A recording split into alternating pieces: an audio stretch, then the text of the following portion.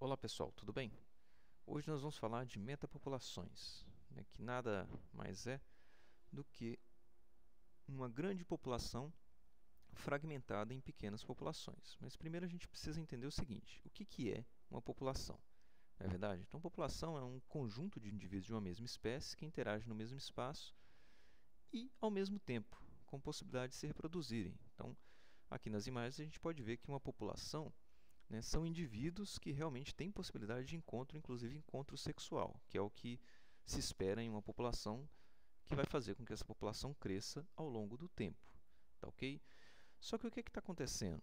Na verdade, as paisagens, de uma maneira geral, as paisagens naturais estão sendo fragmentadas, seja por desmatamento, seja por atividades de mineração, enfim, uma série de fatores antrópicos, inclusive naturais, que fazem com que as populações fiquem confinadas em fragmentos que seriam os locais ideais para essas populações existirem. Então, aqui na figura a gente está vendo um, um conjunto de fragmentos de Mata Atlântica envoltos por uma matriz.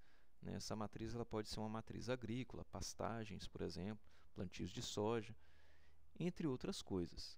O fato é que a fragmentação do habitat afeta também o número e a dinâmica das populações naturais. Tá ok?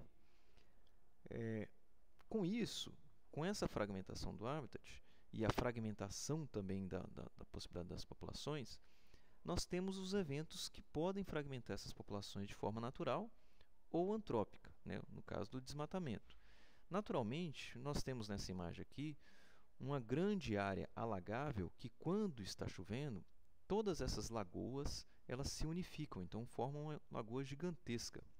Então, se a gente imaginar, por exemplo, do ponto de vista de uma espécie de anfíbio, né, uma grande lagoa teria a possibilidade desses anfíbios se encontrarem e se interagirem ao longo do tempo. Entretanto, essa foto está mostrando aqui essa mesma região após um longo período de chuva, de seca. Então, o que acontece? Provavelmente, essas lagoas isoladas vão formar também subpopulações desse anfíbio, né, de forma que cada lagoa dessa tem uma dinâmica própria. Claro que, eventualmente, indivíduos de uma lagoa podem se encontrar com outras. Essa seria a principal definição para a gente caracterizar uma metapopulação, tá ok? Mas, de qualquer forma, algumas lagoas, inclusive, podem perder todos os indivíduos em virtude de ser pequena e não ter, ao longo do tempo, o alimento necessário para esses indivíduos. A gente vai ver isso mais para frente. Bom, então o que seria uma metapopulação em termos de conceito? Seriam populações isoladas no espaço, né, espacialmente, mas conectadas por eventos de migração. Ou seja, um conjunto de lagoas pode ter indivíduos anfíbios, por exemplo, pequenos lagartos, enfim, indivíduos de uma mesma espécie que podem eventualmente se encontrar com outras subpopulações isoladas, mas de qualquer forma, cada subpopulação dessa também teria uma sua dinâmica própria, tá ok? Essa dinâmica de metapopulações, ela é definida também por uma série de eventos de ocupação de hábitats, ou seja, dessas manchas, dessas lagoas, por indivíduos e, eventualmente, inclusive, de desocupação. Uma vez que os recursos das pequenas manchas se esgotam, é comum que os indivíduos se desloquem, migrem para áreas mais apropriadas. Muito bem. Para a gente tentar diferenciar o que é uma metapopulação de uma população, vamos imaginar uma área residencial, tá ok? Aqui a gente vê vários fragmentos de mata que poderiam ocupar várias populações ou uma metapopulação. Se a gente estiver falando de um organismo que se locomove muito pouco, então indivíduos que ocupam essas manchas de habitat fragmentadas vão ter pouquíssimas chances de encontro. Então, nesse caso, a gente vai estar falando de várias populações isoladas e não uma metapopulação. Então, cada conjunto desses indivíduos aqui vai ter a sua dinâmica e muito pouco será afetada pelas manchas vizinhas. Se a gente estiver falando de uma população de indivíduos que tenha uma locomoção um pouquinho maior, por exemplo, esse camundongo, uma espécie de camundongo, então nós vamos ver que cada mancha dessa pode conter indivíduos e ter a sua dinâmica. Entretanto, esses indivíduos eles conseguem se conectar entre manchas, fazendo com que, na verdade, o conceito anterior de população, né, ou seja, indivíduos que se interagem no espaço e no tempo, seja verdadeiro. Então, aqui a gente está falando de uma metapopulação, tá? Porque essas manchas, na verdade, têm as suas dinâmicas próprias, mas acabam afetando as dinâmicas das outras manchas vizinhas.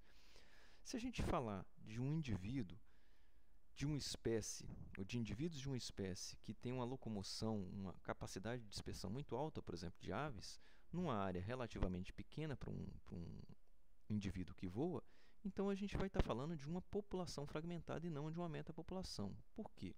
Porque as trocas de indivíduos e as interações vai ser tão intensa que praticamente cada mancha dessa não vai ter a sua dinâmica própria. A dinâmica dessa população vai ser definida pela totalidade dessas manchas. Então, a gente tem três situações dependendo da biologia do organismo que a gente estiver falando, sendo que, para ser uma metapopulação, a gente precisa ter uma grande população fragmentada em pequenas manchas, pequenos grupos de indivíduos, mas que, eventualmente, essas manchas tenham conexão. Tá ok? Muito bem. Qual que é a grande questão das metapopulações? É que as subpopulações elas vão estar mais sujeitas à extinção e recolonização do que uma grande população única. Então, é óbvio que populações em fragmentos ou manchas pequenas e muito isoladas, sozinhas, numa matriz agrícola, por exemplo, essas populações vão correr mais risco de extinção local, ou seja, a mancha corre um risco alto de se extinguir. Populações em fragmentos grandes, ou mesmo que eles sejam pequenos, mas estejam agrupados, então essas manchas ou esses fragmentos, os indivíduos que estão ali, correm o menor risco de desaparecer na sua totalidade. Assim, a metapopulação ela vai ter uma dinâmica de colonização e extinções locais, ou seja, em um determinado tempo, aqui no caso no tempo 1, fragmentos ocupados que estão em azul, por exemplo, aqui, cada fragmento desses tem indivíduos, tá? E nesses outros aqui, os fragmentos estão vazios. Pode ser que num período seguinte, sei lá, de um ano para o outro, a gente tenha uma dinâmica de recolonização ou colonização e extinção. Nesse caso aqui, ó, uma mancha que estava ocupada no ano anterior já não está mais. Significa que ou esses indivíduos desapareceram, morreram por algum fator, ou então migraram para as áreas que, de repente, tinham melhores condições de sobrevivência. Isso faz uma metapopulação. Você tem uma dinâmica de colonização e extinção ao longo do tempo. Tá ok? Bom, o que é o grande ponto de metapopulação? É que a gente pode, com isso, estudar o risco de extinção desses fragmentos e tentar bolar alguma coisa sobre conservação, né?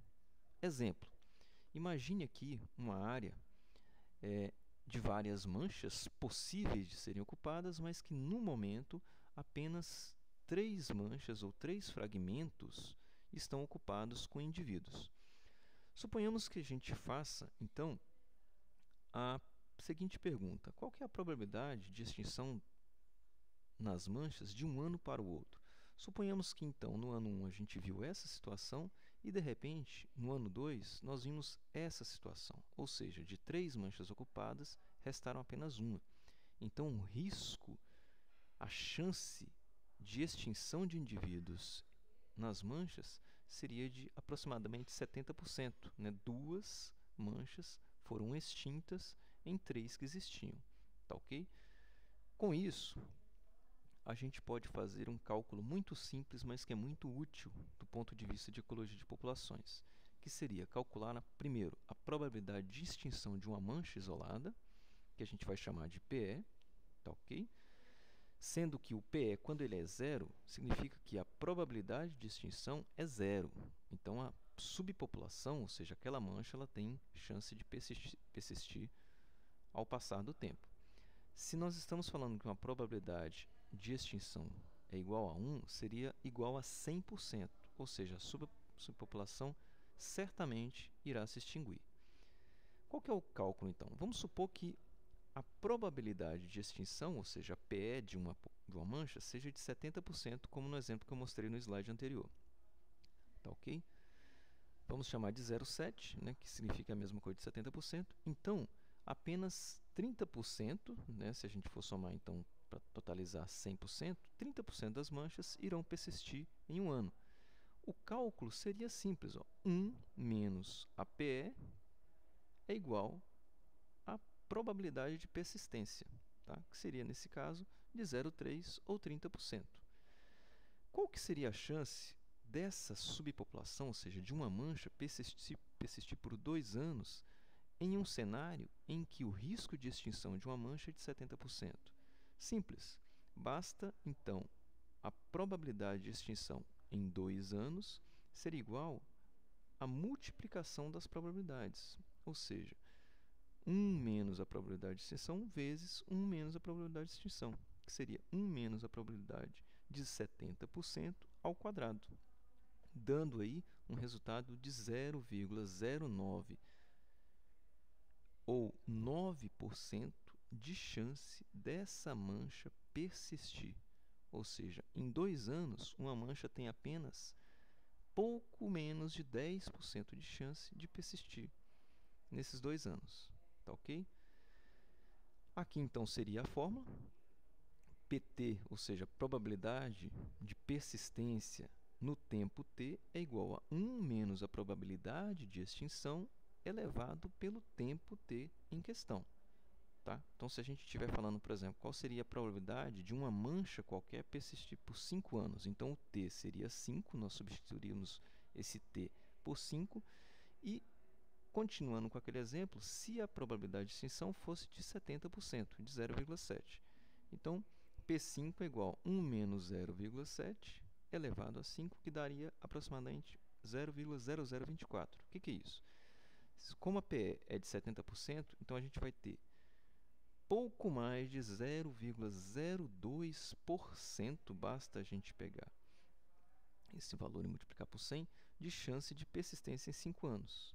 Em outras palavras, a gente está falando que essa mancha tem praticamente 99,8% de certeza que irá se extinguir com a probabilidade de extinção tão alta como essa aqui. Tá ok? Bom, qual que é a grande questão nesses cálculos? É a gente calcular a persistência regional, ou seja, uma mancha ela tem um grande risco de se extinguir. Mas e a metapopulação como um todo? Será que ela vai ter essa mesma chance de extinção?